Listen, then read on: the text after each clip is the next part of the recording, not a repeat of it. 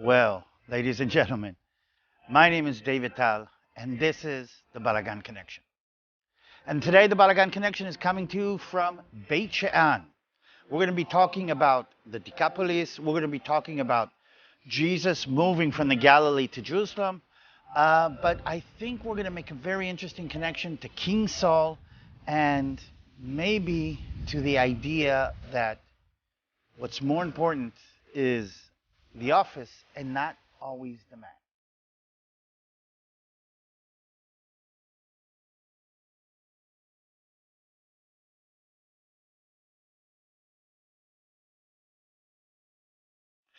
And let's start off with the basic geography. If you look behind me, you can see the ancient city of Beit Shean, Roman name Skytopolis. We are on a hill overlooking the city. We're actually on the Acropolis of the ancient city of Beit Shean. It is a tell. Tell is a layer cake of inhabitation, one on top of the other. In this case, 23 layers, one on top of the other. That's the hill that we're standing on top. And right in front of me, there are ruins from the Israelite period. There are ruins that go back to the time of Joshua. And behind me is the Greco-Roman city.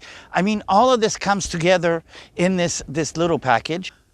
But I would like to make another connection to this site, which I think is very, very amazing. The site is mentioned in the book of Joshua. Joshua actually mentions Beit Shean as one of the inheritances. We're on the Jezreel Valley on this side. The other side of the valley had the tribe of Manasseh and the tribe of Gad over on that side. And this is part of the Israelite kingdom. And Saul became king. Now remember, they were tribes. They come to Samuel the prophet. They say, give us a king. Samuel says, you don't need a king. But they said, yes, we need a king.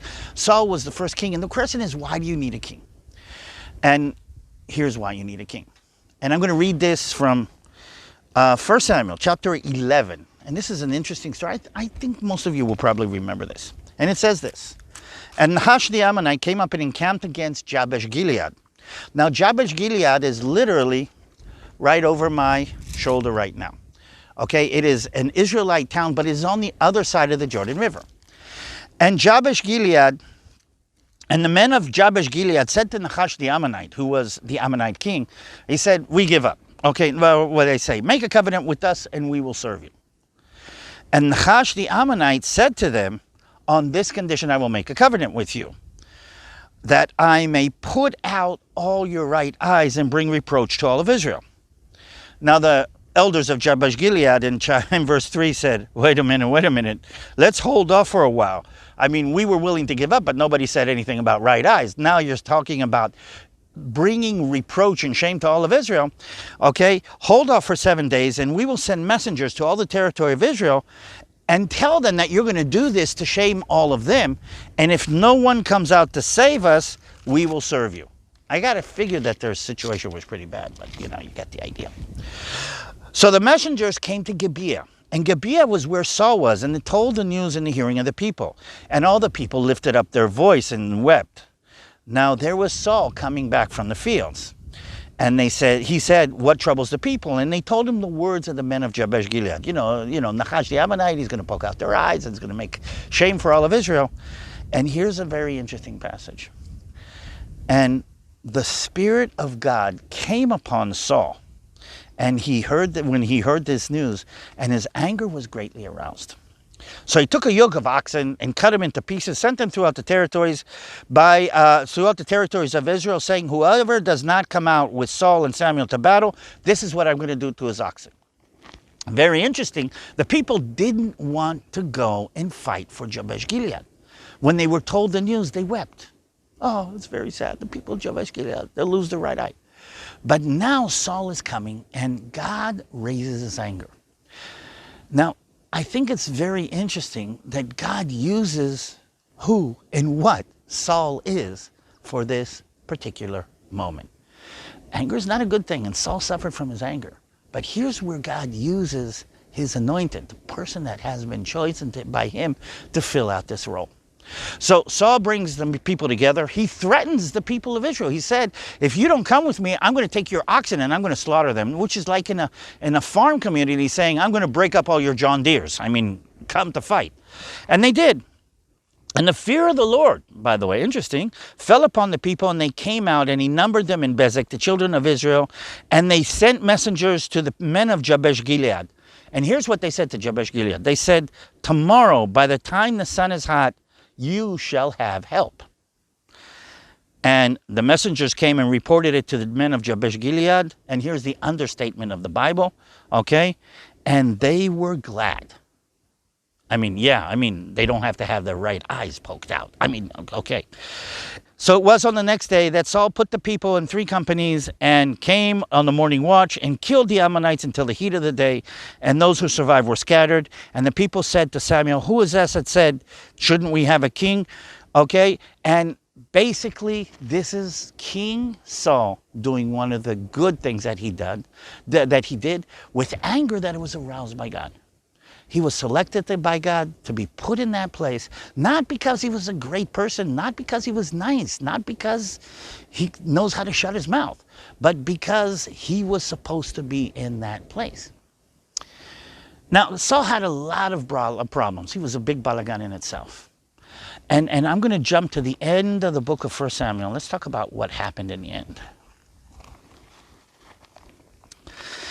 And the Philistines, by the way, this is 1 Samuel chapter 31, verse 31, verse 1, we'll start off with there. And the Philistines fought against Israel. And the men of Israel fled from the Philistines and fell slain on Mount Gilboa. Follow me. Because if I can do this, behind my left shoulder right now, you can see a mountain ridge. That's Mount Gilboa. So Jabesh Gilead is outside, but Mount Gilboa is the scene of the battle where Saul and Jonathan lose the battle against the Philistines, and the archers hit him and severely wounded him. And Saul said to his armor bearer, draw your sword, lest these men come and thrust me through. And the armor bearer would not, because he was God's anointed. And the armor bearer, so Saul took his sword and fell on it. And when the armor bearer saw that Saul fell on the sword, he fell on his sword too. So Saul and his 3 sons, his armor bearer and all his men, died that day on the hill of Gilboa. Why is that important, or why is that connected? Because it happened on the next day that the Philistines, this is verse 8, the Philistine came to strip the slain, and Saul and his 3 sons had fallen on Mount Gilboa. And they cut off his head, stripped off his armor, and sent word throughout the land proclaiming the great victory of the Philistines over Saul and his men. And they put his armor in the temple of the Ashtoreth, but they fastened his body to the walls of Beit Shean. That's where we are right now. We're inside the ancient city of Beit Shean. Just think about a wall going around here with all of this view.